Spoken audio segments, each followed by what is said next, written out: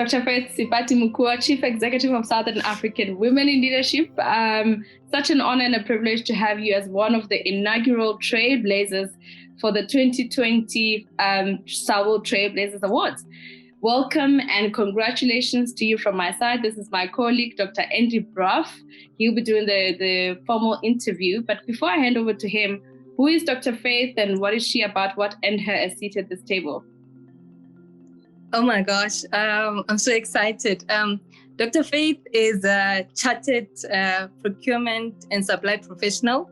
I think what earned me a seat at this table, and it's a prestigious table, I must say, is my commitment to women empowerment. My commitment as well to being, putting in the work and now being recognized as a leader within my industry. I'm a chartered SIPS fellow. So what a SIPS fellow is, it's a senior advocate status that was awarded to me by the SIPS UK, which is with the Chartered Institute of Procurement and Supply. And I also believe that what earned me a seat at this table is my involvement in community work and my hometown, Mahikeng, where I lead and champion the foundation of a platform called Makarebe Mahikeng, which is really about giving back and also extending the table for others that come after us. Wow, I am certainly impressed about that. And I can tell you, you are at home because that's all we're about at South and African Women in Leadership. So congratulations once again. And over to you, Andy. Thank you so much. So Dr. Faith, are you a tough negotiator? It's actually an absolute requirement in the space that I work in. And that's why I asked, because one of the programs I teach is negotiation. And I always say, if you want to be a good negotiator, think like somebody from procurement. And so I thought I must ask you that question. Seasoned procurement people are always, I think, the toughest negotiators. And I think you must be one of the few in our 32 finalists who have this specialization. So, Faith, how did you get into this? It's a very unique field. It's not something that everybody is drawn to in terms of procurement and supply chain. Tell us that story, if you would. Okay, I'll tell you that story. So my studies were in finance. And after I completed my studies, I actually was unemployed. And I sat at home thinking, if I could get an opportunity to learn anything, really, I would do it. And they always say you should be careful what you ask for. And lo and behold, there was an opportunity for me to work as a contract worker in an environment that I've never heard of. So I always say that when I started in procurement, I didn't know what it's about. Unlike now, when you ask somebody what procurement is, what a tender process is, any second person can tell what it was about. But my story is then I got this contract position where I really learned as much as I can. I think for me, the most important thing about procurement is about service. To be able to serve others is really at the heart of what we do in procurement. And over the years, I really understood how it was important not only to have the experience, but also have the right kind of credentials and qualifications to be able to allow you a seat. I always say that there was a time where I would want to change something, but then because people do not know who I am, it became difficult. But then now when you say Dr. Faith says we should, people do listen. So that's how I got into procurement. And over the years, the passion for the work really got me here. There are some comments that suppliers make that the perception is that procurement could be somewhat divorced from the business as a whole and that they only ever focus on the bottom line and not necessarily the intrinsic value that the supplier is offering on a particular service. How would you change that perception, Faith?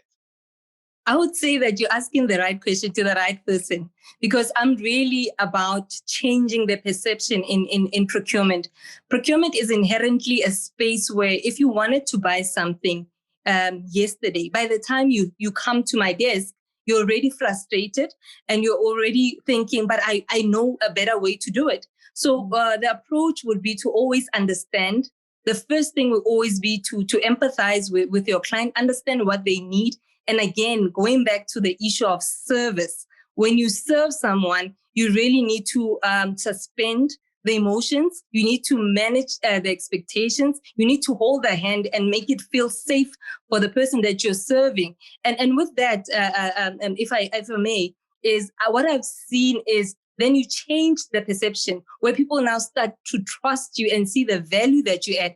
And also when you make people understand why we do things in a certain way, it becomes easier to also manage relationships. So a large aspect of procurement also relies on relationships that you build around along the way, and you make people trust you. When your clients trust you and they're always informed about when they're going to get the service, then it becomes easier to walk the journey and for them to trust you and not really say, I understand I wanted to be divorced from business, but I understand the value that procurement brings. I'll make an example. So for instance, I always say we're all buyers. You probably have to buy bread, or you bought the nice shirt that you're wearing today. But then when it comes to doing it from a corporate perspective, there's a way in which we do it. So there is value that I can bring and say, look, well, if you tell me what color you want, what size you want, what fit, so we go through the specification, then I'm able to help you source the right providers. I'm able to walk that journey, and that's the value that I bring. And also understanding that this is a very environment that is regulated. So if you make mistakes, we know how, and we've seen how some companies will end up on the front page of the newspaper unnecessarily. So when you walk the journey with me, somebody who I can show you the ropes, I can be with you, and we can vouch for a process. Or should there be a time where we need to be answerable? That's the value that we can bring if we partner. So I hear what you're saying, but procurement is, I believe that it is an intrinsic part of business, and if it's done well, there is value that we can bring on the table. Faith, I'm particularly interested in one of the conferences that you mentioned, which is the UN Women Gender Procurement. So what's the deal with women specifically around procurement, and what are your thoughts there? The conference that I attended was, actually spoke at that conference in 2019. It was called the Gender Responsive Procurement Conference.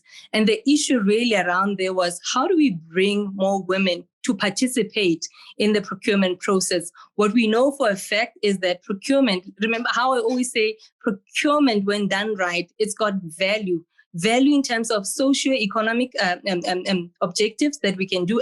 And part of the group that has been left out of the process are women. So with the gender responsive procurement, it was really to say, how do we create deliberate opportunities to bring women into the space of procurement? And fortunately, a part of my PhD research was around that, to say, how do we look at inclusive business models and also inclusive approaches where we can include women, particularly, to make a change and make a difference. So that is what the Gender Responsive Procurement Conference was about. Let me take you back now to a younger Faith who's coming out of high school. She's stepping into the world of work. What advice would you give to that Faith now, knowing what you do? Knowing what I know now, I would look at that Faith and say, you are enough. You need to believe that you are enough. You have the power to change your story. It can't end here. You need to always remember that you're not enough. So that is what I would say to my younger self, and say, look, relax. The world is your oyster. You are human. I think that the most important lesson that I will give to my younger self is, you are human. When you make mistakes, always find a way to get up and continue. Dust yourself up. Look at what other options are available. Look at other avenues. Change the plan if you must, but then have fun, because you have a long road ahead of you. Dr. Faith Mashele, on behalf of the SAWIL Trailblazers, we want to wish you congratulations on getting this far and everything of the best with the finals. Thank you for joining us. Thank you.